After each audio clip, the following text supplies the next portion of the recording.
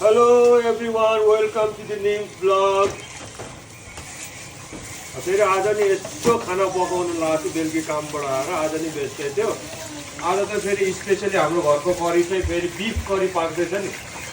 Beef नखानेहरूले mind नगरिदिनु होला है।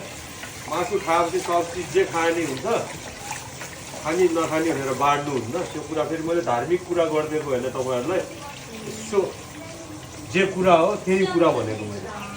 कि मासु खाँदै नखानु, भेजिटेरियन बन्नु, खाने भए सब चिज खानु। मारे सबको रगत आउँछ, काटे सबको त्यही मासु हो। त्यो भएर यस्तो सोच विचार गरेर खानु होला है। मैले चाहिँ आज बिफ करी पकाउनु थालेँ, किन आएम बिफ करी म्यान। त्यो भएर तपाईँले यसो बुझिलिनु होला। म चाहिँ बिफ खान्छु पहिलादेखि नै। मलाई बिफ करीहरू मन जुन पनि मनैपर्छ, खसी बिफ चिकन चाहिँ ठिक ठिकै हो, तर खान्छै खान्छु। तर ट्याक्क मैले बिफ म्यारिनेट गरेर राखेको थिएँ यहाँ हेर्नलाई। पक्का जापानको वाग्यू हो फेरि हो, फ्रम होक्काइडो। पक्का बिफ हो। म आफैले खुद फ्रेस बिफ म आफैले आज लिएर आएको। त्यो भएर तपाईँलाई ट्याक्क बनाएर देखाउँछु। तपाईँहरूको दिनचर्या कस्तो भयो। मेरो त अलिक काम बिजी भएर आज नि त्यही छ। त्यो भएर ट्याक्क आज फेरि ट्याक्क एउटा भिडियो हालेर तपाईँको सामु ट्याक्क फेसबुक पनि हालिदिन्छु। मेरो युट्युब च्यानल नेम्स भ्लग पनि गएर हेर्नु होला। मैले यस्तो सर्ट भिडियोहरू हालिरहेको छु। लाइक कमेन्ट सब्सक्राइब गरिदिनु होला तपाईँहरूले। यसो गरेर साथ सपोर्ट दिनु होला। मैले ट्राई गर्दैछु बनाउन। ल हेर्नु होला, मैले बिफ हाली, पक्का बिफ हो यो, ओरिजिनल जापानिज वाग्यू। यो गोरु चाहिँ स्पेसली फ्रम होक्काइडो। यो चाहिँ होक्काइडोको हो। त्यो बुढाबुढी र छोरीलाई आज धेरै नै होला, छोरीले त खान्न भन्दैछ। ल कस्तो छ बुढी, ल यसो हेर त यहाँ। यसो बुढाले पकाउँदाखेरि यसो छेउतिर नि आऊ न। के हो के पारा अलिकति लजाउँछ क्या, अलिक छ्याउरा छ भन्छ।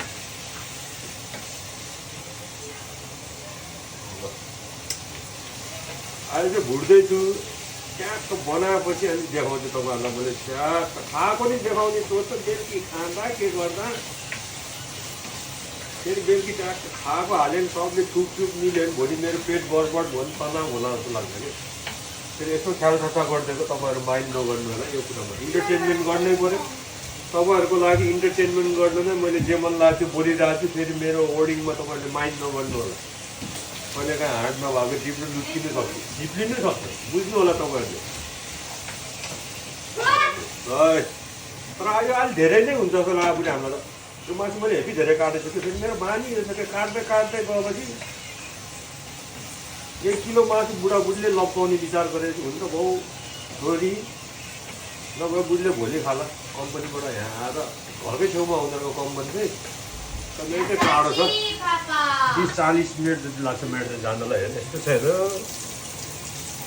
विदेशको जिन्दगी यस्तै छ। गाह्रो नि छ, साह्रो नि छ, रमाइलो नि छ, यस्तै छ हो। तपाईँहरूको के चल्दैछ ल भन्नु होला। के घुरेर हेरेको, मलाई घुरेर हेरेको मन पर्दैन त फेरि। त्यति कुरा बुझ्नु होला म्याडमले।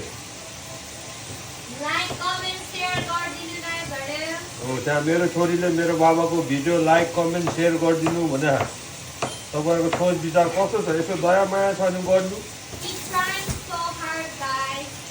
मेरो युट्युब च्यानलमा गएर हेर्नु होला, names vlog.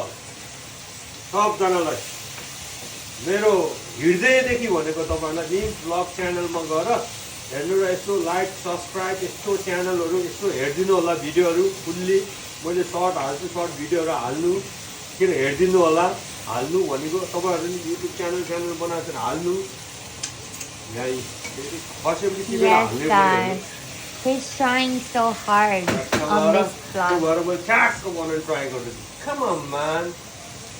So make sure you guys subscribe his channel and like, comment, share. त्यहाँ एउटा ब्युटी बोल्न थाल्यो फेरि त्यो जे मन लाग्छ त धेरै हल्ला नगर्छ। यहाँ बाबा बोलिरहेको ट्याक्क बनाउँदैछु हेर्नुलाई तपाईँ। मेरो हातै मिठो हो कि के हो, मान्छे दम पर्दैन थियो मैले खाना पकाएको देखेर भने। मिठो नि मिठै बनाउँछु मैले फेरि मैले बनाएर खानु मिठो बनायो भने तपाईँलाई फेरि भन्नु खोजेको त होइन हेर्नु होला तर मैले मिठै बनाउँछु यसो मैले मेरो खाना तरकारी बनाउन सनाउनु चाहिँ मेरो आमाहरूको रेसिपी ट्याक्क ल्याउँछु क्या मैले सिकेकै उनीहरूबाट बाल्यकालदेखि अब मलाई हल्का आइडिया आउँछ डल्लो खुर्सानी हालेर खानु मन चाहिँ के भन्दा आज पनि त्यही डल्लो खुर्सानी नखाने ज्ञानको पिरो नखाने ज्ञानको ट्याक्क भएपछि फेरि आज तपाईँलाई बिचमा चाहिँ फेरि मैले ट्याक्क लाएर आफ्नो घरको रेसिपी स्वाक्क हालेपछि फेरि भोलिको लागि आफूलाई खाँदा नि अन्डा नि बोइल गर्दैछु त्यो गर्नै पर्यो मिठो तरिकाको बनाउँछु मैले हेर्दै जानु होला तपाईँ कति ज्ञानी छ क्या ओनेगाले अन्त ओके ओके पेन्टिङले मान्छे फकाउनु चाहिँ जानेकै छ के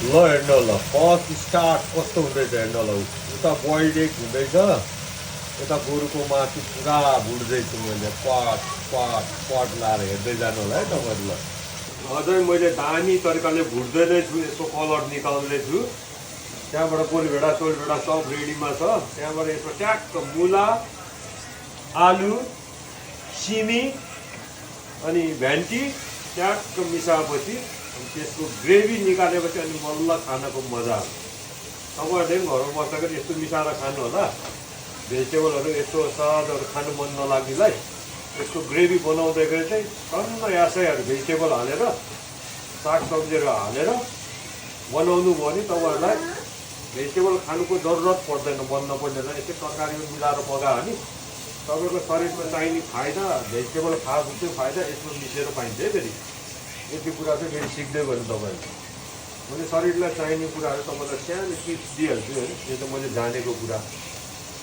त्यति कुरा बुझ्नु होला तपाईँहरूले ल मैले रातो पिरो ट्याक्क यस्तो खालको बनाइसकेको ल हेर्नलाई कस्तो छ होइन अब मैले ट्याक्क ल हेर्ने मुला गाजर आलु एउटा आलु तल खस्यो सिम्मासेन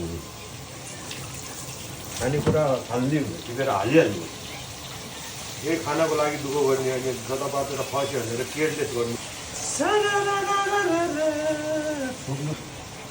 ट्याक्क छोपी एकछिन सेल गर्छु